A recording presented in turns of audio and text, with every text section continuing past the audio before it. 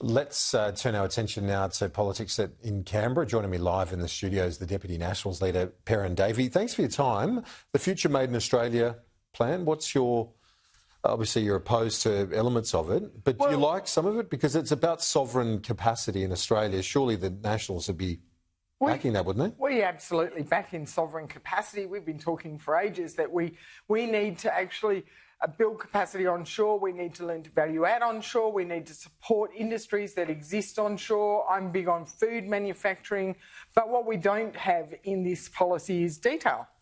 I mean, the government loves to slam us for detail. What we do know is it's a 13 billion package to support a future made in Australia.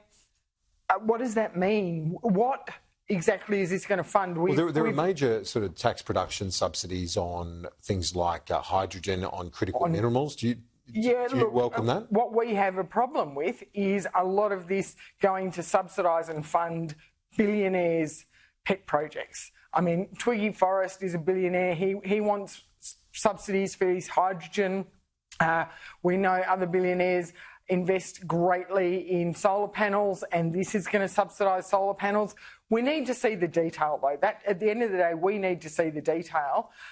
And we also need to understand when this government was elected, they announced a $15 billion National Reconstruction Fund that was meant to do a lot of this. They have not funded a single project under that yet. That's 2.5 years down the track. So how is this going to complement, compete with or build on that fund that has still not yet rolled out? What do you say to the Liberals who are opposed to the idea of divestiture on supermarkets?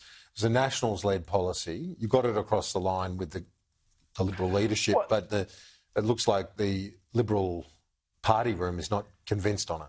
Well, it went to party room, and we now have this policy. The Nationals have been talking about divestiture for a very long time, but make no mistake, this is a policy that was developed in coalition, in conjunction. This is a policy of the Liberals and of the Nationals. But not all Liberals are happy with it, are they? Look, we had a good discussion in joint party room, but we've agreed that this is our policy going forward. And let me make it clear, this does not mean we're walking out the door and demanding that supermarkets divest themselves of supermarkets. This is putting the last tool in the toolkit to give the adjudicator, to give the ACCC a little bit extra to be able to make sure the supermarkets do the right thing. It is a last resort. It's not the first resort. Is it the tail wagging the dog with the Nats driving this? Absolutely not. There are enough sound heads in the Liberal Party room who saw this as a good thing. Alan Fells, actually, he says it should go right across the economy. He doesn't think it should be limited to supermarkets. This is a very safe and structured policy that allows us to have an independent commissioner so that farmers or suppliers have someone to go to, so it's not supermarkets ticking their own homework. It's making sure supermarkets comply with existing Section 46 of the Competition and Consumer Act.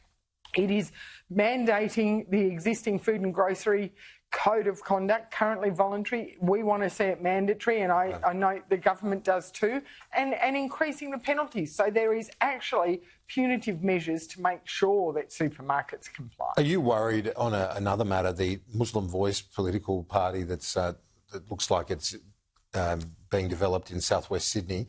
Are those trends that concern you, having a religious-based party? Well, I mean, we're a non-secular society. I think we welcome, the Nats will welcome anyone who shares our party political values into our party. We know there are always differences of opinions. We hope that we can work them out in our party room when it comes to policy matters.